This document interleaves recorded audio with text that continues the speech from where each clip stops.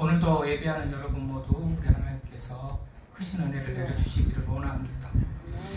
몇 주 전에 제가 좀 틀린 부분이 있어서 동영상 보면서 틀린 부분이 있어서 틀렸다고 그렇게 말을 하면서 머리가 하얘지고 나이가 먹다 보니까 구구단같이 외웠던 그런 성경 구절들, 암송들도 잘 생각나지 않는다 이렇게 얘기했더니 끝나고 집에 갔더니 이제 우리 아내가 그래요. 당신 머리 하얀 것은 총각 때부터 하였거든. 나이 먹는 얘기를 하는 것이 좀 싫은가 봐요. 지난주에도 동영상을 보니까, 지난주에는 우리 박성남 목사님이 있는데 그 전주에도 동영상을 보니까 다윗을 막 모세라고 하기도 하고, 골리앗이 입었던 옷이 그 옷의 갑옷의 무게가 5,000세겔인데 막 6,000세겔이라고 그렇게 하기도 했고 그랬더라고요. 하여튼 두세 군데가 틀렸는데요. 우리 집사람 말대로 아프고 나서부터 조금 기억력이 좀 떨어진 것 같아요. 그러니까 이해를 해서 들어주십사, 이해를 해주십사 그런 말씀을 드립니다. 조니 에릭스라는 사람이 있어요. 이 여자인데 조니 에릭슨, 운동선수예요. 그런데 17살에 체사피크라는 그 강에서 다이빙을 하다가 다쳐가지고 목 밑으로는 거의 쓸 수 없는 그런 마비된 그런 아주 큰 사고를 당합니다. 아니 꿈을 꾸면서 운동선수를 꿈꾸면서 그렇게 자라던 소녀가 다쳤으니 얼마나 좌절하겠어요?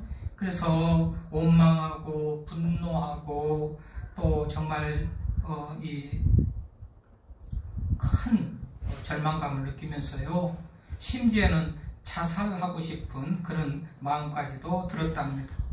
그런데도 친구들, 형제들, 부모님들이 격려하고 응원하고 위로하고 그러면서요, 겨우 재활 훈련을 받고 치료를 받으면서 조금 나아졌다고 그래요.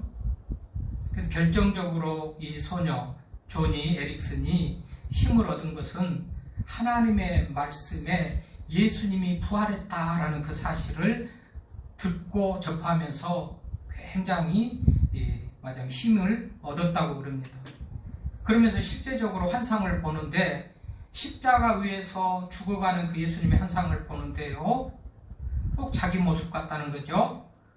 목 밑으로 전신이 마비돼가지고 아무것도 할 수 없는 그 자신의 모습을 십자가에 달리신 예수님의 모습에서 보면서 있잖아요. 하나님의 능력이시고 젊은 청년인데 정말로 혈기가 왕성한 청년인데 아무 힘도 쓰지 못하고 무능하게 죽어가는 그 모습을 전신마비로 누워있는 자신의 모습을 보면서 얼마나 절망했을까요? 그런데 그게 끝이 아니고 사망 권세를 이기고 부활하신 그 예수님을 생각하면서 죽음도 이기고 부활하신 예수님 그 맞아면 사건이 자신에게 살아날 그런 힘을 주고 소망을 줬다는 거예요. 그래서 이때부터 입으로 그림을 그리는 훈련을 해가지고 이게 구족화가라고 그러죠. 입으로 그림을 그리는. 그 이분이 그런 얘기를 하는 거죠. 이전에는 내가 절망하고 분노하고 자살할 그런 마음을 가졌지만 나는 이제 미래에 대한 소망이 있다.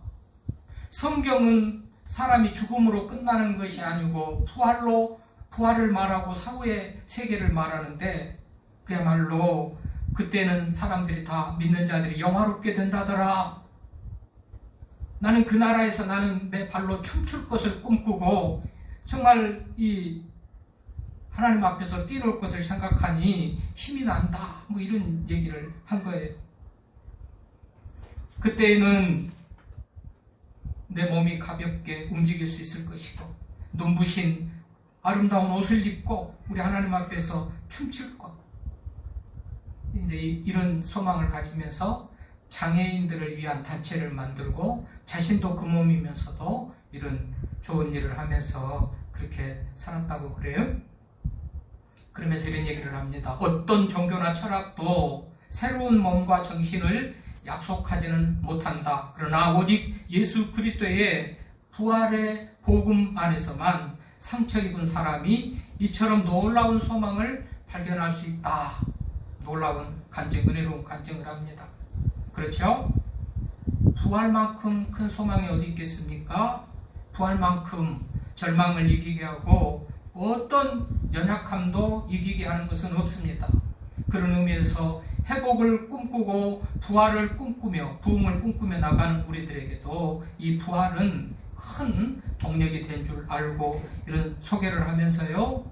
자, 오늘 말씀을 보면 이전과 그때의 전에는, 근데 이제는, 지금은 완전히 이전과 이후, 그때와 지금 완전히 달라진 그런 모습을 비교해 보면서 그때의 그 비참함을 깨닫게 하고 지금의 이 은혜를 마음껏 누리게 하는 어떤 그런 말씀으로 본문이 기록되어 있습니다.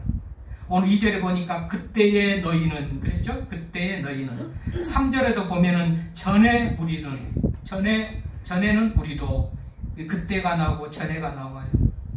12절에도 보면 그때의 너희는 그랬다가 13절에 보면 이제는, 그러니까 그때와 이제 비교를 해가지고 어떤 절망이 있든지 불가능한 그런 상황에 빠졌든지 그렇게 생각하지 말고 그때는 그랬을지라도 지금은 달라진 인생 됐다, 무한한 소망을 갖게 하는 그런 말씀으로 비교를 해가지고 이전과 지금, 그때와 현재를 이렇게 비교해서 우리들에게 무한한 소망을 주는 거예요. 한마디로 이 비교의 말씀을 하자면 우리가 회복하고 부흥하는데 그건 큰 맞아면 이 동력을 주고 이렇게 결단하고 행동하게 하는 그런 말씀이라고 할 수가 있습니다.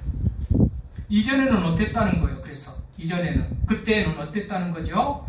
허물과 죄로 죽었던 너희를 살리셨도다. 그때에는 너희는 그 가운데서 행하여 세상 풍조를 따르고 공중의 권세 잡은 자를 따랐으니 곧 지금 불순종의 아들들 가운데서 역사하는 영이라. 전에는 우리도 다 그 가운데서 우리 육체의 욕심을 따라 지내며 육체와 마음이 원하는 것을 하여 다른 이들과 같이 본질상 진노의 자녀였더니. 여러분, 그때에는, 전에는 그야말로 우리가 가능성이 없는, 가망이 없는 그런 삶을 살았던 인생이라고 그렇게 말을 하고 있어요. 그렇잖아요? 아까 소개했던 조니 에릭슨이 그 부상으로 인하여서 절망하고 원망할 때 무슨 소망이 있고 무슨 가능성이 있겠습니까? 이제 내 인생 끝났다 하고 그런 상황 속에서도 부활하신 주님을 만나면서 인생이 그래도 살 의욕을 가지고 살 소망을 가지고 구족화가 되고 그랬던 것 같이 이전의 우리들의 모습, 그때의 우리들의 모습은 정말로 절망이에요. 가능성이 없는 그런 인생이었다고 성경은 소개를 하고 있어요. 이전의 상태가 어땠다는 겁니까?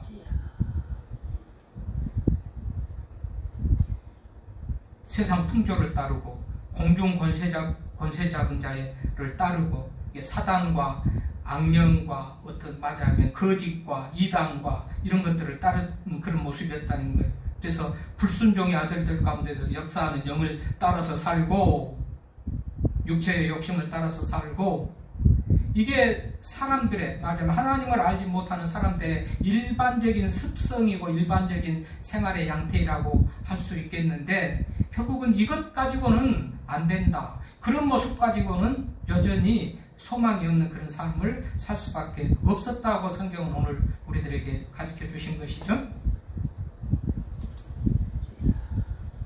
그런 의미에서 오늘 말씀이 완전히 그랬는데 이렇게 됐다, 그때는 그랬고 전에는 이랬는데 이렇게 됐다라고 변화된 어떤 그 삶의 모습을 보면 어떻게 해요? 4절에서부터 또 쭉 보니까 하나님이 우리를 사랑하신 큰 사랑으로 인하여서 죽은 자 가운데서 살려주셨고 그리스도 예수와 함께 하늘에 앉힌 자가 되었다라니, 이런 변화가 어디가 있겠습니까? 놀라운 변화요, 놀라운 역전이요, 그야말로 생각할 수 없는 그런 이 반전이라는 것을 우리가 생각해 볼 수가 있어요.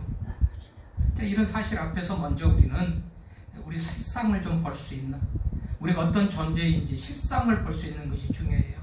나는 아무런 변화가 필요 없이도 나는 정말 하나님 앞에서 믿음으로 잘 살고 있는 난가, 실상을 보는 게 중요하죠. 자기 자신을 발견하는 게 중요해요. 돼요. 그래야 무슨 대책을 세우고 방향을 잡고 회복을 꿈꾸든지 부흥을 꿈꾸든지 나갈 것 아니겠어요? 내가 지금 어떤 상태인가를 아는 것. 그래서 오늘 1절에 보니까 그는 허물과 죄로 죽었던 너희를 살리셨도다. 허물과 죄로 죽었던 너희를 살리셨도다. 허물과 죄로 죽었다. 자기 발견, 허물과 죄로 죽었던 자기 발견을 할 때 살려주신 예수님에 대한 그 은혜가 무한히 크게 느껴지겠죠? 그러면서 살려주신 그분의 말씀을 따르면서 순종할 살 마음을 갖겠죠? 그래서 자기 자신을 발견하는 게 매우 중요한데, 죄로 죽었던 나다. 가능성이 없었던 나다. 무슨 소망이 싹조차도 뿌리조차도 없었던 나다. 그런데 예수님께서 살려주셨니 우리는 다시 소망을 회복하고 우리들에게 가능성이 있었다. 이게 자기 자신을 발견하는, 자기 실존을 찾는, 이게 중요하단 말이죠. 네. 이래야 이대로는 안 된다, 나는 회복되어야 된다, 이대로는 안 된다, 나는 부흥해야 되겠다, 뭐 이런 생각을 할 거 아니겠어요? 여러분, 백만장자의 인생 열쇠라는 책이 있어요. 백만장자의 인생 열쇠. 하여튼 백만장자, 우리가 모두가 좀 바라보고 원하는 건데, 대표적으로 세상에 부여해야 될 자들의 어떤 그런 이 삶들을 총 모아서 백서같이 만들어낸 게 백만장자의 인생 열쇠인데, 그중 7번째 열쇠가 뭐냐면 자아상이라는 열쇠예요. 챕터 7 자아상에 대해서 그렇게 소개를 하면서 좋은 자아상을 회복하는 거, 갖는 거, 자기 자신이 어떤 누구인지를 깨닫는 거, 이게 중요하다는 그런 의미를 해요. 자아상은 당신의 자신감을 좌우한다. 무슨 얘기인지 이해되시죠? 자아상은 잠재력을 끌어내 목표를 달성하게 하는 원동력이다. 당신은 자신의 충만한 잠재력을 제한하고 있는 껍질을 깨 부숴버리고, 그렇다면 여기 날카로운 부리가 있는데 그것은 바로 자기 동기부여다. 자기 동기부여가 있을 때 어떤 잠재력을 끌어내고 내가 이루고자 하는 그 목표를 이룰 수가 있다라는 어떤 그런 말이 되겠는데요. 그래서 자신의 재능과 능력 속에서 엄청난 보물들을 발견하게 해요. 자기 동기부여가. 재능과 능력을 뒤덮고 있는 내면의 장애물을 제거하고 충만한 잠재력을 활용하라. 필요하지요. 우리의 의지와 노력이 필요하다. 자기 자신을 돌아보고 나는 이것이 약점이니까 이것을 보완해야겠다. 내 이 모습으로는 안 되니까 이렇게 회복이 되고 부흥되겠다. 이런 것들을 가진 것이 필요하다는 거예요. 한마디로 자기 자신을 돌아보는 것이 필요하다는 거예요. 그런데 마지막에 어떤 말을 덧붙이는가? 그러나 기억하라.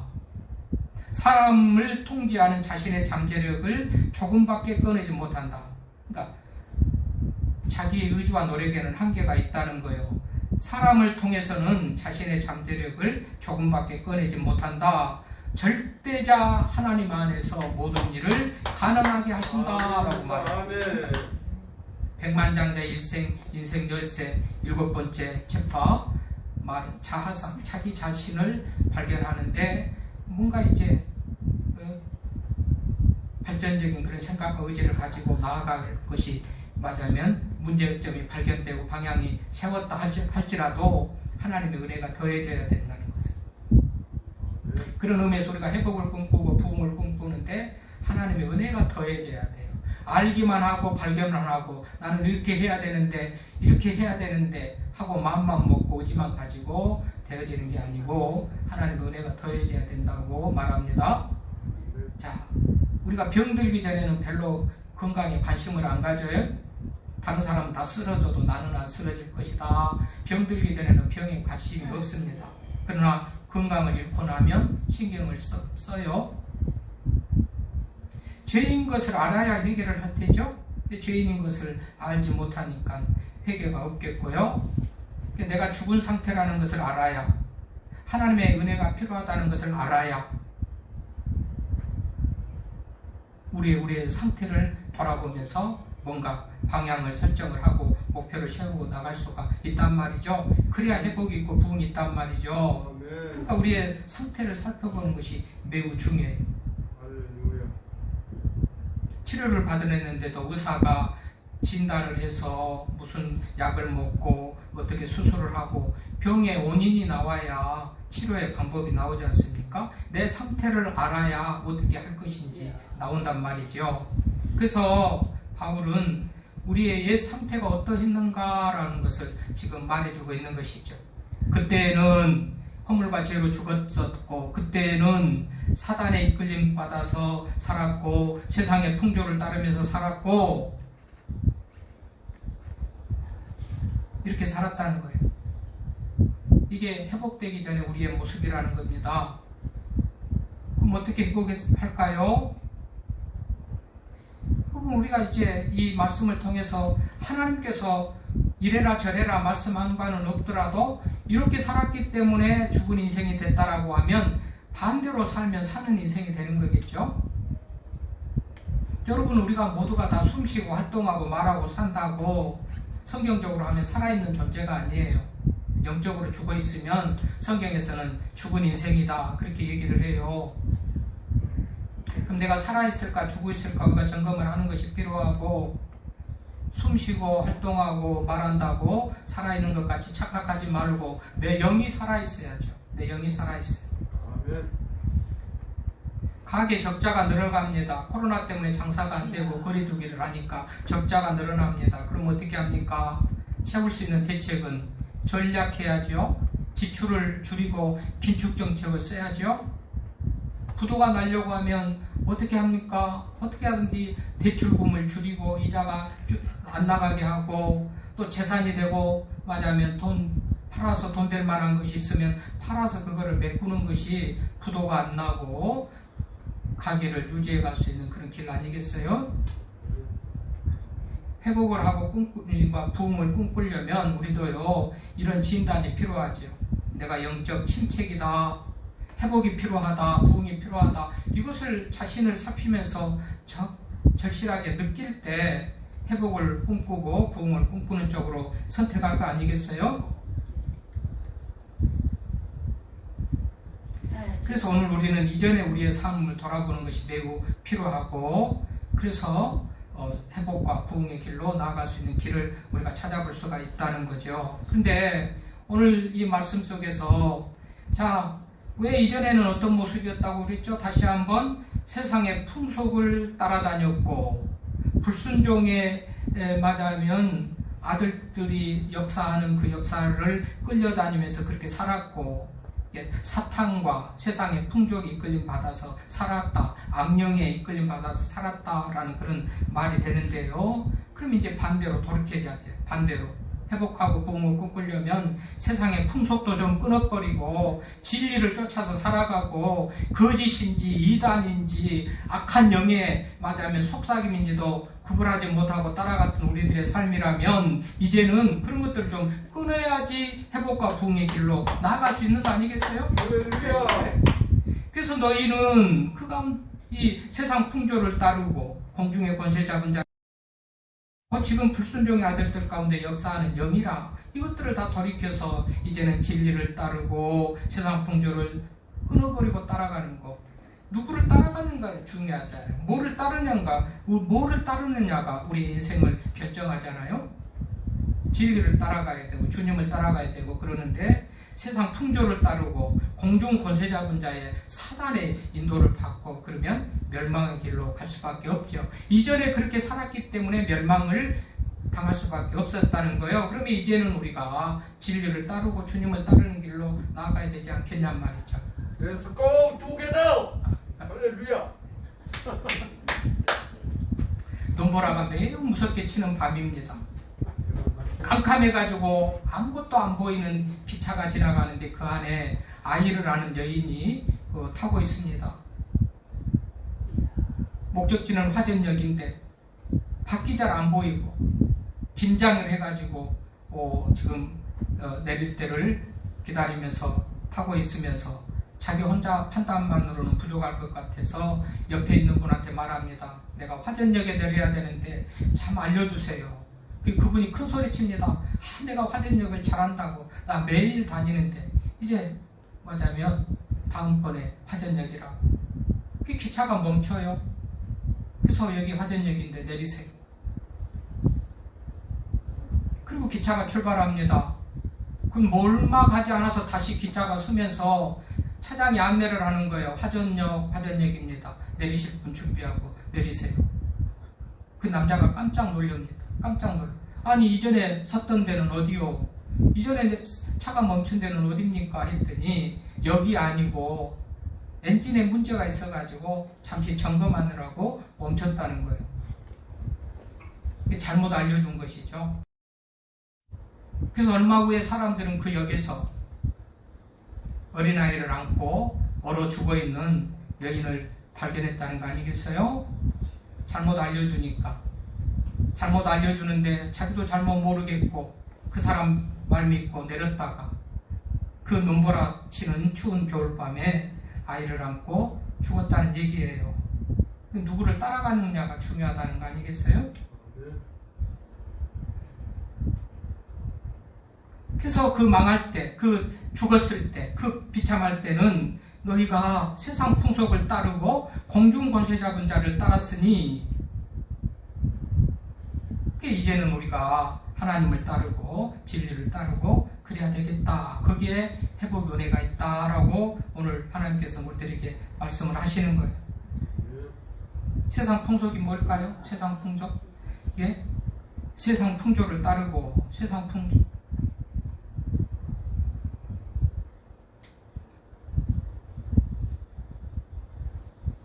우리는 하나님의 말씀을 기준 삼아서 말씀으로 따라가는 사람들인데도요, 여전히 세상 가운데서 세상에 살면서 세상 사람들이 가는, 추구하며 나아가는 어떤 그런 모습을 가지고 살아가는데 그 길은 멸망의 길이라는 것을 우리가 알아야 되겠죠.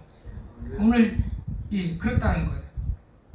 또 우리가 회복을 꿈꾸고 부흥을 꿈꾸는 데 있어서 우리에게 하나님께서 주신 말씀은 3절에 보면 뭐예요? 전에는 우리도 다 그 가운데서 우리 육체의 욕심을 따라 지내며 육체와 마음이 원하는 것을 하여 다른 이들과 같이 본질상 진노의 자녀였더니, 육체의 욕심을 따라서 살았던 그 삶은 본질상 진노의 자녀의 삶이었다.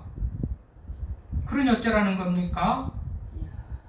육체의 욕심을 따라서 살지 말라는 거 아니겠습니까? 성령의 소욕을 쫓아서 살고 진리를 따라서 살고 하나님 말씀 따라서 살라는 거 아니겠습니까? 이미도 우리는 그 말씀을 믿기에 오늘도 주의 전에 와서 예배를 드리면서 하나님의 말씀을 들어요. 이 말씀이 진리요 생명의 말씀이고 이 말씀을 따라 사는 것이 회복의 길, 소망의 길, 부흥의 길이 있는 줄 알고 믿고 나가요. 그렇기 때문에 오늘도 주의 전에 와서 예배를 드려요. 이 큰 필요성과 자부심을 가지면서 예배를 드리지 않고 말씀을 듣는 것이 그만큼 줄어들거나 말씀을 듣지 못할수록 우리는 이 본질상 진노의 자녀에 속할 수밖에 없다는 것을 오늘 말씀을 통해서 깨닫게 되는 것 아닙니까? 그렇다면 우리가 어떻게 돼요? 돌이키는 것이죠. 육체의 소욕을 쫓을 것이 아니고 오늘 육체의 욕심을 따라 살 것이 아니고 육체의 욕심을 자꾸 절단하고 죽이고 맞으면 잘라내고 줄여나가고 그래야 되겠죠. 욕심 때문에 죽는 경우가 참 많아요. 육신의 욕심 끌려가지고 살다가 죽는 사람들이 얼마나 많습니까? 그 성경에도 욕심이 잉태한즉 죄를 낳고 죄가 장성한즉 사망을 낳고 욕심이 씨앗이 돼가지고 사망으로 이어지는데 성경도 그렇거니와 세상적으로도 그래요.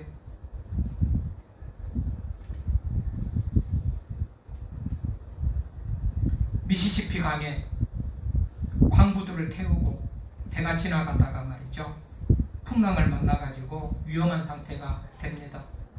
배가 요동칩니다. 배 안에서는 그야말로 난리가 났지요. 배 안에 있는 사람들이 다 짐을 버리고 옷을 버리고 물속으로 뛰어들어가지고 어떻게 하든지 헤엄치고 안전한 데로 나가려고 지금 하는 중에 한 사람은 옷을 그대로 입은 채 물에 뛰어내린 사람들이 두고 간 소지품을 뒤져가지고 기중품을 챙기고 주머니에 넣고 배가 가라앉을 쯤 돼서 자기도 물에 뛰어내렸는데 너무 무거워가지고 떠오르지 못하고 구조대원들에 의해서 건져지고 보니까 주머니에 온갖 기중품들, 금덩어리 이런 것들로 가득 차 있었다는 얘기 아니겠어요?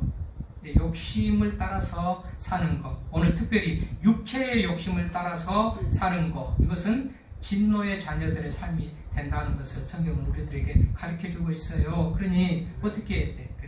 육체의 욕심을 따라서 살지 말자 하는 그런 말씀을 하시는 것이죠.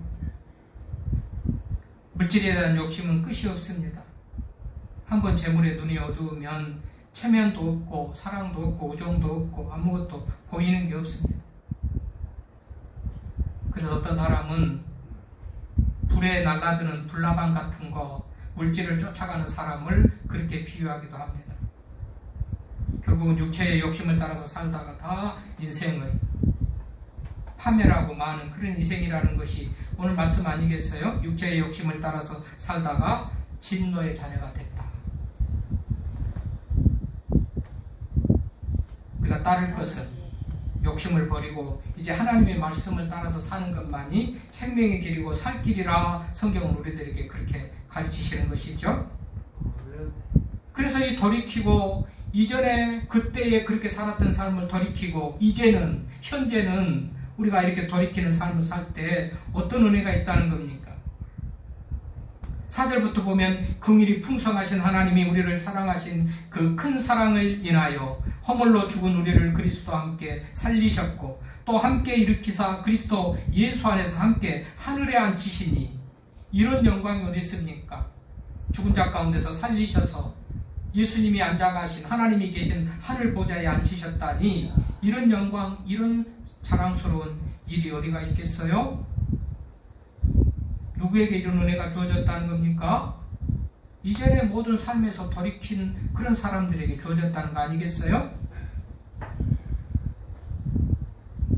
그래서 우리가 회복을 꿈꾸고 부흥을 꿈꾸고 나아가는데 전에 그대로는 안 된다. 이전의 삶 그 모습으로는 안 된다라고 성경은 경고합니다. 하나님은 말씀합니다. 이전의 그대로는 안 된다. 세상 풍조, 육체의 욕심, 사단 마귀에 이끌려서 이단에 이끌려서 거짓에 이끌려서 살았던 그 삶은 안 된다. 돌이켜야 된다는 거 아니겠어요? 그래서 죄로 죽었던 우리들, 죽고 사는 문제에서는 하나님이 살리시고 하나님께서 살리시니까 우리의 의지와 힘으로 회복이나 부흥이나 죽고 사는 문제가 해결이 안 되고 하나님의 은혜가 필요하니까 우리는 하나님을 믿는 거예요. 그 하나님을 절대적으로 믿고 의지하고 나아갈 때 그분은 진리의 영이고 우리를 생명으로 영광으로 이끌어 주실 분인 거죠. 그러니까 그분을 믿고 그분을 따라가면 사탄 따라가면 멸망의 길로 죽음의 길로 가지만 생명이신 그분을 따라가면 우리는 영생의 길로 소망의 길로 갈 수가 있으니 우리가 하나님을 믿고 살아가는 겁니다. 그리고 그분의 뜻을 알기 위해서 오늘도 말씀을 드리면서 예배를 드리면서 나아가는 거예요. 그런 우리들에게 회복이 있고 부흥이 있는 거예요. 이걸 모르는 사람들에게는 회복이 없어요. 부흥이 없어요. 그들에게는 죽음만 있고 절망만 있고 눈물만 있고 한숨만 있을 뿐이에요. 그런 의미에서 예수 믿고 사는 것은 큰 은혜요, 복이에요. 그분이 인도하심 따라서 살면 우리는 회복이 있고 부흥이 있는 역사가 일어나게 된 것을 믿습니다. 다시 한번 우리가 나는 죄로 말미암아 죽을 수밖에 없는 인생, 자신의 현상, 자신의 한계를 절감할 때 하나님을 믿게 되겠죠? 그러니까 자기를 살피는 것이 매우 중요해요. 자신을 발견하는 것이 매우 중요해요. 나는 절대적으로 무능하다. 나는 절대적으로 하나님의 도움이 필요하다. 그럴 때 그분을 따르든가 믿든가 무슨 그분의 말씀을 진리로 여기고 나아가든가 하겠죠.